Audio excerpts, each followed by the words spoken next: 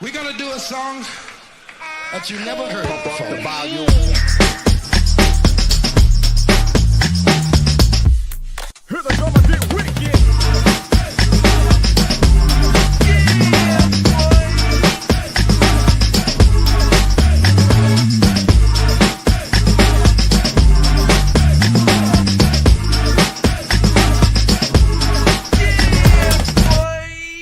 Here we go again. He's Kennedy, my brother from another mother. What's up, bro? Man, out here in Shreveport, though, trying to hold it down for a hot minute. That boy out there traveling. Yeah, man. Yeah. Nah, it's cool. Came on out here to check out my pops, though, man. Tap in with him. That's what's up. Hey, bro. Yeah. Listen, dedicated. Problem Mike brought everything. So, yeah. We good. Boy, dedicated. Hey, man. Yeah. I heard you say during one of the recent pods that you said you was done with Ye. I'm done with Ye, bro. I'm all the way off Ye. And we don't got to talk about Ye ever again on the pod. But you brought him up. What you got? I just figured you had heard his new song, Cousin. Nope. What does he talk about in his new song? That boy out here talking about choking on Wayne for 8 years in the song. Listen. Okay. Kanye West has been trying to tell the world that he likes men all year long, right? Here's the proof of that. For one, he went on to this rant when he was talking about Diddy used to be his mentor. We know what Diddy's been accused of, right? There was a girl, set aside from that. So that's one, right? He was talking about all the people that betrayed him. Diddy was one of them, right? That he mentioned. But aside from that, Iggy Azalea did an interview with somebody where she was talking about had a meeting with Kanye West and he was asking about her boyfriend's the size of his wang, right? And she was like, "Is it big?" He was like, "Is it big? I bet you it's big. You ain't even got to tell me it was big." And she said, "I'm thinking like, bro, why is you so interested in the size of my man's wang, right?" And she posted this interview, and Kanye West basically responded to it, was like, "Yep, she telling the truth, right?" So again, why would you be interested in the size of another man's wang? But then when you go out and you say that you've been on your cousin's wang, I think that I think that he is secretly trying to put it out there that he either has been with men or that he like men. That's what I think. I mean, my thing is it's nothing wrong with telling your truth, but you ain't normally finna put that in no song talking about you were molested or whatever the case may be. So, yeah, just kind of weird. I don't know. But he's been trying to tell people that I think all this year. We got a bunch to get into, so let's get to it. Let's get this music.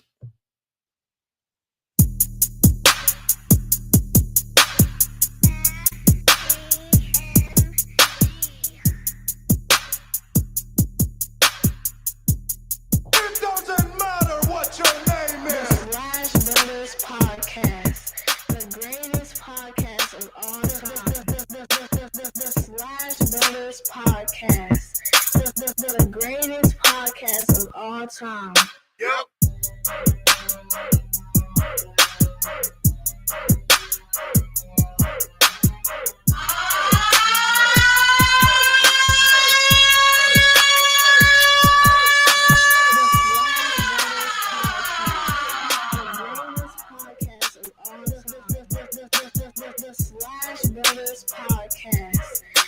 The greatest podcast of all time. Yep. And listen, if you haven't already, be sure to like and subscribe to the Slash Brothers YouTube and Facebook pages and the new TikTok page. We are live on all platforms at the same time. You click on the notification, you click on the bell, you get the heads up whenever your boys and Miss doing their thing. Ace Kennedy. Did you notice something was missing from the intro? I do, because I also noticed something that was missing from WrestleMania. You got it. I knew you was gonna get it. I knew you was gonna get it. What was missing? After we've gone through the last almost 2 months of the final boss and the final boss choosing John Cena as his champion, the final boss doesn't show up for WrestleMania. And I got a problem with that, bro. I got a problem with it too, bro. I think I got a problem with it. Listen, they had 15 minutes left in the show and nothing. The show ended at 9:45 Central Time. Nothing. Like, people thought it was gonna be a swerve because they put the WWE logo up, they put the executive producer Paul Levesque, they did all of the things, and that thing just went off. No Rock. I was like, that was wasted. Bro. I mean, it's cool that you got Travis Scott out there for the kiddies. I get it, but come on, man. Like, how do you present a story that is very inclusive of The Rock, and then you not show him at all? No reference to him. Like, Travis Scott's alliance isn't enough to me. No. So I somebody would have to make that make sense to me. I mean, what did you think about WrestleMania overall? Like, I mean, just your thoughts. You don't have, I mean, you ain't got to go match for match, but just like the highlights of what you thought. Okay, so overall, I think that overall, it did. The one thing I think that was just, maybe it was just me. I didn't think that it had the spectacle that it typically would have in the past. I mean, now, don't get me wrong. I mean, I think that they had like some of the costumes were very cool, but usually, WrestleMania would kind of showcase the nostalgia. So the only nostalgia moment was the Stone Cold. It didn't have a lot of, like, to me.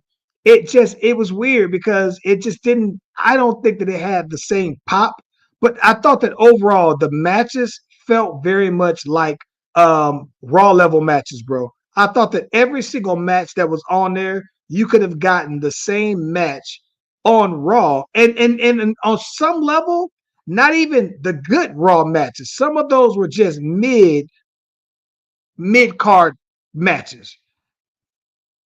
Am I tripping? You're not tripping. I will definitely say night one definitely had the weaker of the matches because I thought night two was so much better. Meaning, like, for me, the women's match in the beginning was dope. I wasn't even looking forward to the Damian Priest versus Scott Psychopath match, and that one was pretty dope. Why? Okay.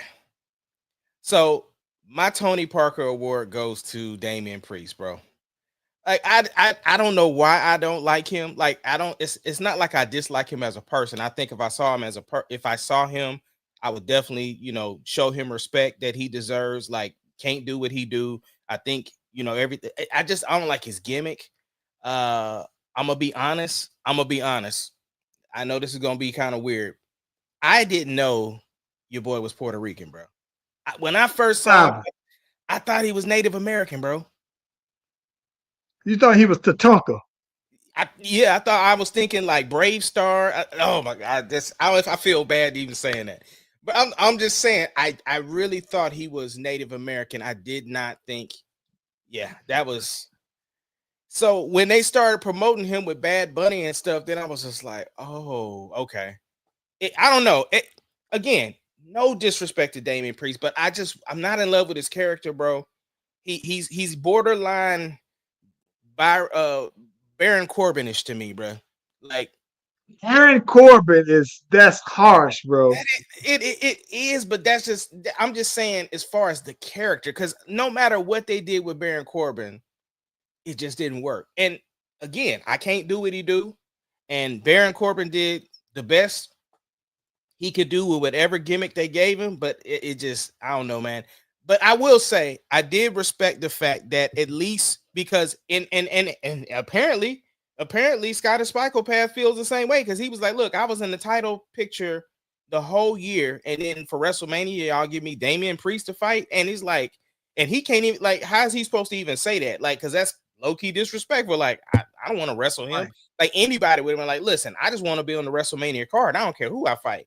You know what I'm saying? But for him, I get what he's trying to say, but at the same time, it's just like, it's kind of out of nowhere. Like, we really didn't even have a feud, so to speak. And so they kind of like wove it in there where, Damian Priest eliminated him from Royal Rumble, and He was the one that pinned him at the Elimination Chamber, this, that, and the other. So they were kind of trying to build it that way. But I'm just saying, overall, Damian Priest wasn't in his view as far as who he could potentially fight for WrestleMania. But it got clogged up with Seth Rollins, Roman Reigns, and CM Punk. So he really didn't have a lane unless they were just going to make that a 4-way match, which they could have. But those three had history, obviously. Right. But I mean, I think the marquee matches hit the mark, though, because I thought the Cena match, it was built different. And I think that was on purpose because he was a heel. You know what I'm saying? He still did all of the storybook Cena moves, but, you know, he did it in a different way. The only thing that was whack about the match was the Travis Scott part, man. It just didn't make sense. It didn't fit. Like, what was, like, you had Travis Scott standing on the ramp like The Rock was supposed to come out. If he was gonna come down and help, just come on down. What are you standing there for? Like, he did this slow.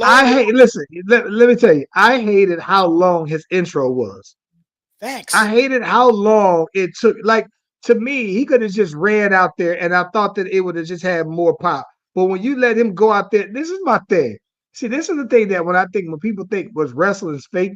So wait a minute. You mean to tell me that he's going to interrupt the match with the whole song playing, and the referee is going to let John Cena go pick up Cody Rhodes and come over there and potentially let him slap him, and the referee is going to let that ride?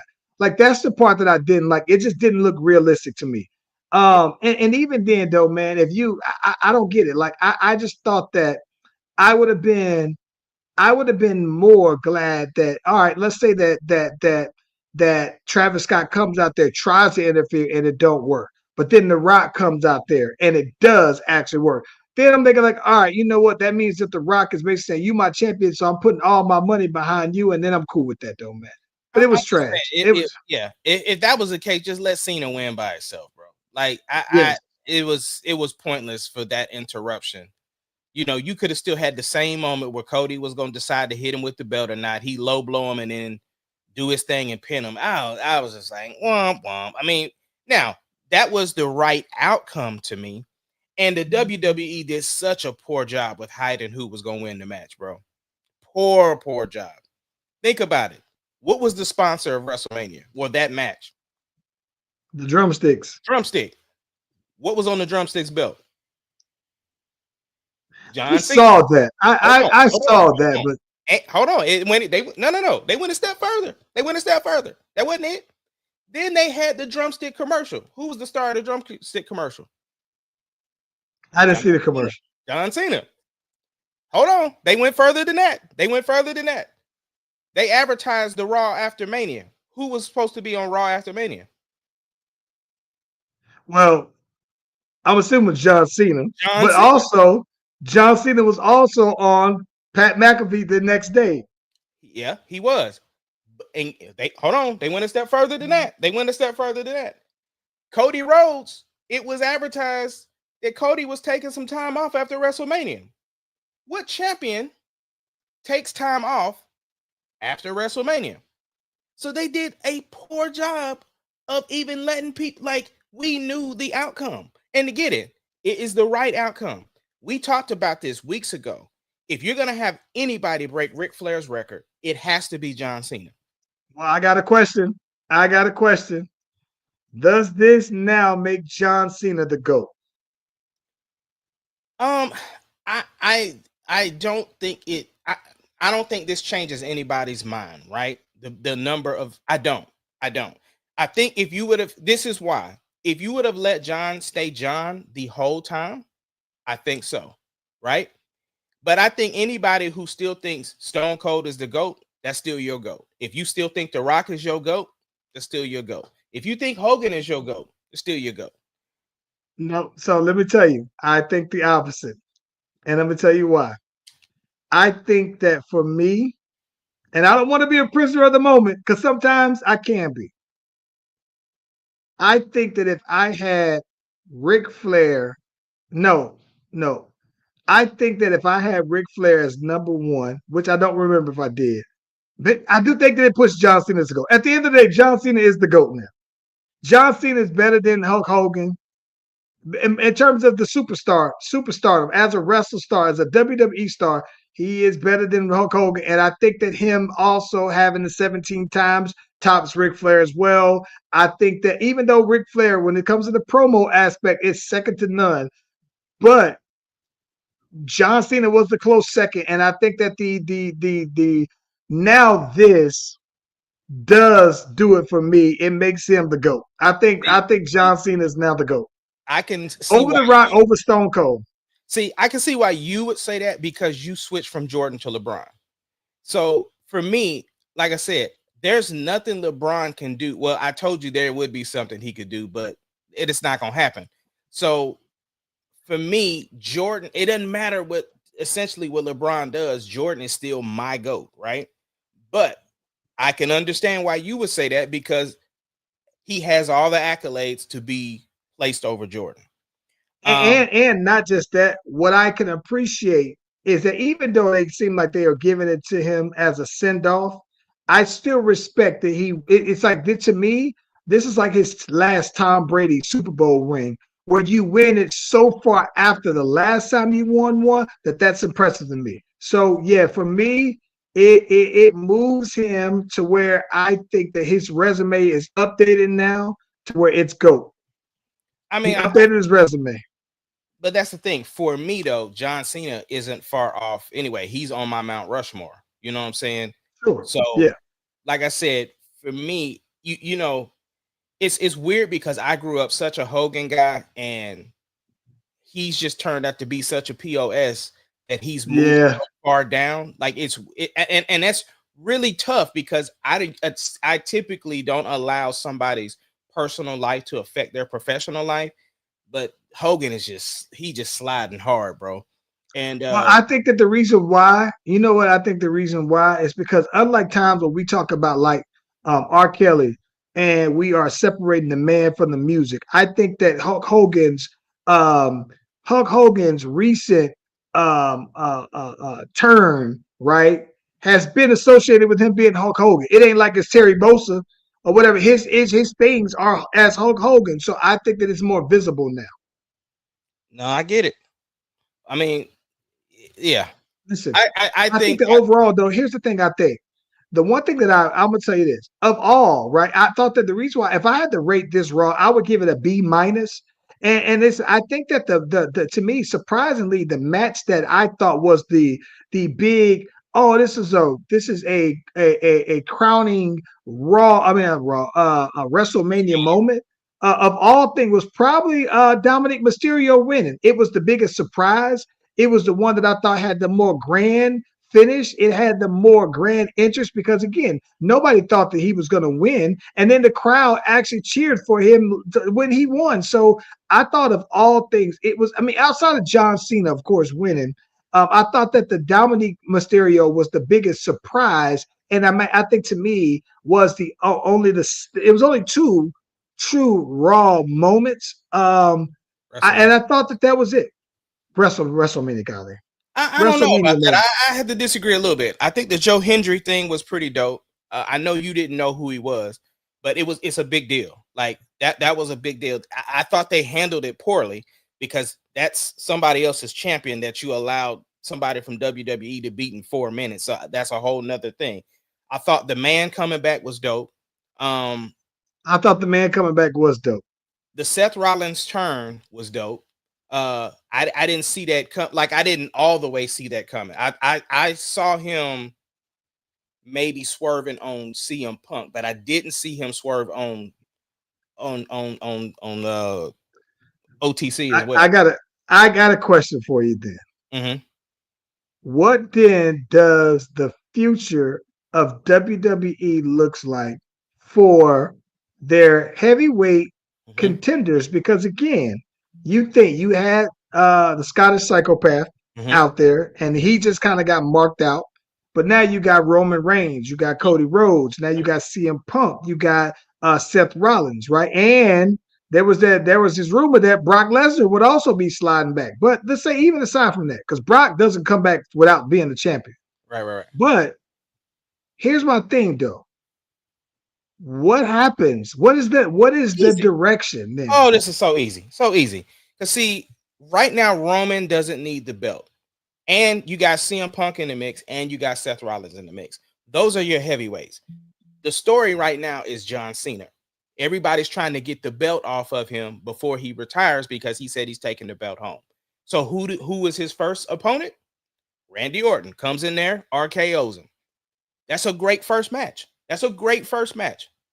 It is. It is. So- And listen, I love the selection of Randy Orton because I think that I told you, I think Randy Orton is the standard to me. And so I think that to me, he is the next up when it comes to the number with 14. Now, that would mean in order for him to get the John Cena record, he would have to have a historic run of basically being a champion for like the next 4 years, basically in order for him to hit 18. So I don't think that that's going to be, but a good person for him to have a classic match with. Yeah, but I don't think that Randy Orton's going to, again, I don't know I just think the direction of the heavyweights right now is just everybody's going to be, because I even think a CM Punk versus Cena match should happen before he retires. Who ultimately takes over after John Cena wins, regardless of if John Cena, if he loses it, or he walks away with it and they start over, who is getting the push as the champion, in your opinion, from the WWE? I mean, you can still bring Cody back, bro. Like, the thing is, if and I ain't even mentioned Cody, so yes, so you got 6 potential guys. But that's why I'm saying, that's why I mean by CM Punk and Rollins and all, they have a whole separate thing going on, and those are your heavyweights because they just started a brand new heel faction. Like Heyman has Seth Rollins. He also has Steiner's son. Oh my gosh, can't Bron Breakker. Bron Breakker. Those two have started a heel faction because what happened was Seth Rollins came out there to address the crowd. CM Punk came to come beat him up. Seth Rollins ended up curb stomping him. And then Roman Reigns came out and started beating up both of them. He beat up Paul Heyman and he beat up Seth. And then Bron Breakker had a hood on, came out there and beat him up and then took the hood off and it was them. So that's the new heel faction. You know, Becky Lynch just turned heel. You could bring her in. So I'm just saying you have a storyline going that's kind of branched off of the bloodline. That's gonna be those are your heavyweights so that they're not vying for the title right now while you have Cena and Orton doing that program. So, and that's probably gonna build up to Backlash. So you have all of this stuff going on. This is the reset because you had Becky Lynch turn heel. You had Sami Zayn low-key looking like he was gonna turn heel on Jay. The New Day just got the belts back. Rusev just came back. The heels are in. Yeah, heels are in. I mean, tweeners are in.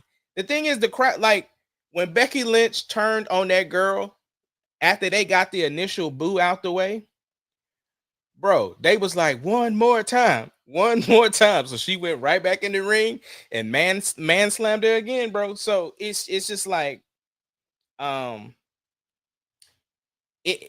have a nice setup going. You already talked about you like the direction that they put with Chad Gable, so you got that going on.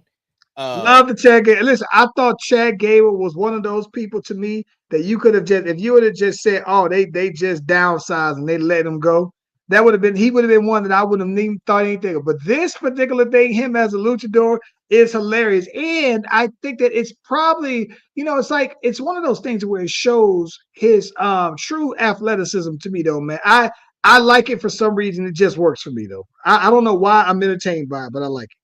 No, I do too. They have a bunch of different directions. They still got to answer the Rock question, unless there's going to be number 2 thing that the Rock didn't follow through on. Because there was like after a pay-per-view, the Rock came out there and did the first throat slash, and it was pointed at Cody, right? And then he came out starting out on Netflix, and he was like, "Oh, Cody's my dog, and man, we cool, and I love Cody." And then you turn him back into the final boss. So it's like I get it. He knows that the fans are smart and knows that, but at the same time, we still want to see you follow through on storyline. Like, that's a big deal. A lot of people that I watch their reactions to WrestleMania, their big takeaway was like, where was The Rock? Like if that's the case, because the thing was that other than that, John Cena was supposed to turn heel at WrestleMania. So that if that was the case, you might as well have just done that if you wasn't going to run the Rock storyline. Nobody wanted to see Travis Scott out there, bro. Hey, listen, bro. Listen. I'm gonna say this, and I mean this respectfully, bro. What's up? The song "Fiend," I feel like it's being forced on me the way like "Sexy Red" is being forced on me, bro. Like I don't like it's like I don't like the song, but I like him. But I get tired of hearing the song, and I hear it's so much of a placeable song that it's everywhere, and it's almost like I hate it. It's almost like how I hear a lot of "Sexy Red" everywhere, and she's very probably wildly popular outside of my opinion. Just like this song might be wildly popular outside of my opinion, though, right?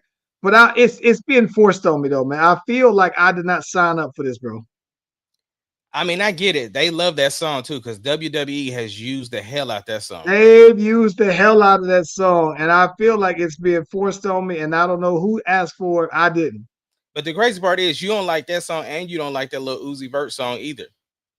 And they both placeable. Hey, I'm gonna be honest with you. I think that I've never heard a Lil Uzi Vert song that I like. So maybe that's a little different though. I heard Travis Scott got some joints that I really rock with. I don't think I've ever heard, and that's proof that when we say certain songs just aren't for me, yeah, Lil Uzi Vert as an artist just ain't for me. Well, Sexy Red ain't for me. Who you hate worse, Lil Uzi Vert or Playboy Cardi? Probably Lil Uzi Vert. Not hate. No, like this. I'm not gonna say hate them because I don't know. So this thing about I don't know them as musicians well enough. I'm talking about their music. I've heard more Uzi Vert music than I have Playboy Cardi. So from what I've heard, I don't particularly care for either one. But because I've heard more Uzi Vert, I'm gonna go Uzi Vert. But just recently though, right. But listen, Cardi. That's the thing though. It's Cardi's stuff was so not for me. I couldn't even get to listen to more of his songs.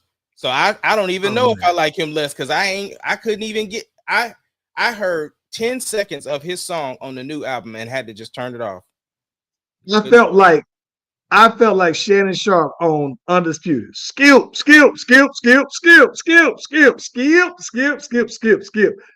And listen, I told you I was almost mad at him because he almost made me miss a Kendrick verse. I literally was waiting for Kendrick verses on those songs, and I almost skipped the song though, bro. Like it's just no. Playboy Cardi music is just not for me, and it's okay. I just feel like I am well outside of the demographic that he made this album for. Okay, you brought it up, Shannon Sharp. My boy in a little bit of legal trouble. Yeah. So apparently, back when this young lady was like 19, she met Shannon at the gym, and they kind of exchanged information. And according to her, she said that they were in a relationship. And she said once the leaked video of Shannon and Michelle doing the grown-up activities, that's when she was, kind of concerned about what their relationship status was. And so then she started claiming that it was rape allegations of the R-word allegations involved with Shannon or whatever. And Shannon is like, no. First of all, the video that's released is very edited. We asked to see the real video, the uncut video. And then they also had receipts of old girl asking for very, very kinky things. The thing is that with that particular event, it's her word against his. But the problem is she hired Tony Busby. Anytime you mention Tony Busby, that automatically makes your credibility go down immediately. Thanks. And Tony Busby is out here trying to say, well, no, we tried to provide this and they were going to offer a settlement and this, that, and the other. And Shannon then pulled back because they was like, listen, no, we'll see y'all in court because this is you trying to go after the money. You know what I'm saying? And she was trying to say, yeah, when we was in a relationship, certain things were consensual, but things then weren't consensual. And he was aggressive and he said this to me and he, he's forceful and he's this, he's that. So yeah, it's a bunch of back and forth. But honestly, I think Shannon's going to come out on top. Shannon is a very, very private person. So he hates this is even at that. This is even out there. But when things do happen, he takes full responsibility and he knows how to handle business. He got his lawyer and his team involved. So I do think he's going to come out on top. And of course, now the girls' pictures have surfaced all over social media. And yeah, it's not looking good. She said that basically he wound up SAing her in her apartment in October and then again in January. Bro, listen, I'm gonna say this. I'm gonna tell you this. I like the way that Shannon Sharpe went about it because he came out and flat out said, no, this is a lie. It's a lie, it's a money grab. Mm-hmm. And so I like that he was like, I'm not gonna imply nothing. I'm gonna tell you exactly where I stand. And I think that usually people won't take that stance because they're like, I'm gonna let it play out in court. I'm gonna go ahead and let y'all see whatever. He was like, no, she lying. That's just the bottom line though. And all they're doing, y'all know how this dude MO is. He's just looking for the money grab or whatever. And he is looking for a settlement basically. But they talking about 50 million. And I think that if she was just like, hey, well, if he settled for 5 M's, we cool. I think that Shannon Sharpe, I'd love to see Shannon Sharpe countersue and sue her if that's indeed the case. I think so, because I think in the beginning, like most celebrities, he probably was just going to take care of it to just get it off the radar, right? But once they started, saying all of the different things and bringing out the quote unquote evidence, that's when he was just like, nah, we're going to push this thing to court. I will fight religiously on it. Because the thing is, when you do fight, it does kind of deter someone else from doing it because they know that you will do whatever to prove it. Because again, we talked about this kind of last episode too. The celebrities have NDAs, and I'm sure that the way Shannon is set up, there's some NDAs and there's other things, but he keeps his receipts too if there is not. Like, because he's like, listen, I'm a grown up, that's a grown up. And I'm sure that Shannon was probably not like, nah, I'm not in a relationship. Because Shannon talks very openly on Nightcap about his relationship status. Right. He's passion and passing. And so she was just a regular on rotation, brother. Yeah, I'm gonna be honest. I like how forward he is with his position. Mm-hmm. And listen, I'm not gonna say like just because I'm not gonna lie. Because I like him as a personality. I don't want that to be a reason why I excuse anybody that I just like. But I'm gonna say I like his approach. I like that if you say no, this is he said this is a shakedown. This is what they're saying is not true. And I do respect that. If you feel like that's what it is to you, then say it. I think that he put his word by it, and I appreciate that. Well, it's also the consistency of character. We're basing stuff off of his character based upon what we already know about him. And I get there's always going to be some sense of bias when you like a personality. But at the same time, this isn't the first time that we've seen something scandalous around him and how he's handled the approach the last time. You just agree that, hey, you agree with the way he handles things and the way he conducts his business, that you understand his consistency approach. Right. No, 50 M's is a lot though, bro. When you're talking about for somebody who you used to date, like, nah, I'm cool on that though, bro. But like I said, I think at this point he's even going still pretty mild. He can go harder. I want to see him go all the way if that's the case. Go Cardi B. Yeah, absolutely. Go Cardi B. Absolutely. Yeah. Hey, bro. Something else I wanted to bring up that I wanted to get. Oh my God, bro. Listen, you caught up on The Last of Us? No, listen. I haven't even started watching it yet. Oh my. Charles Venus, listen to I'm gonna watch it tonight. Episode 2, bro, gonna change the game, bro. Episode 2. Dang. Listen, Charles, listen. Episode 2, and I'm gonna go there. Episode 2 has got Game of Thrones worthy stuff in it, as in like Bloody Wed. What's the Red Wedding? It's got Red Wedding. It's got the Dark Knight vibes. Like when I say the long night vibes. Yeah.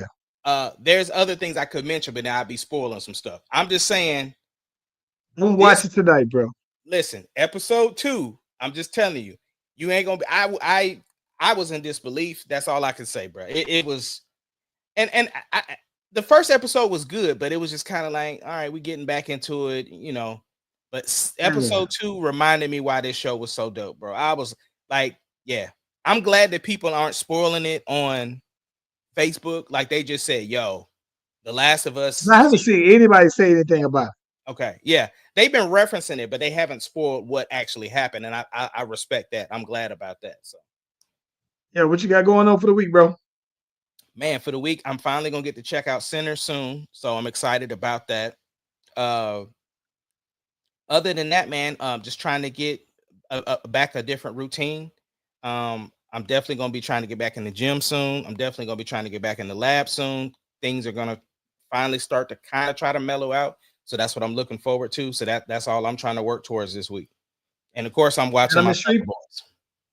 Yeah. I'm in Shreveport this week, though, man. So I'm hoping to get a chance to catch up with some more of my Shreveport peoples as well. Tapping in with my dad, make sure he's straight, though, man. Got a couple of things that I'm trying to wrap up with him. But the cool thing is, though, man, is that I think that when I was on my road trip, it gave me the opportunity to listen to some more production, and man, got some pretty dope ideas that I'm hoping to get back to when I get back to the crib. But overall, though, man, yeah, pretty excited. I'm trying to chill on out, though, man. That's what's up, bro. You need it, man. We all got to get away sometimes. So I'm glad you out there chilling with the fam, and hopefully you can get some things done. But yo, we are the Slash Brothers. We appreciate y'all for joining us. Kind of a shorter episode today, but you know, things is going on. Things just ain't the same. So we trying to get it popping, and we appreciate y'all. And from OKC, from ATL to OKC, thank y'all for joining the Slash Brothers. We out. Peace.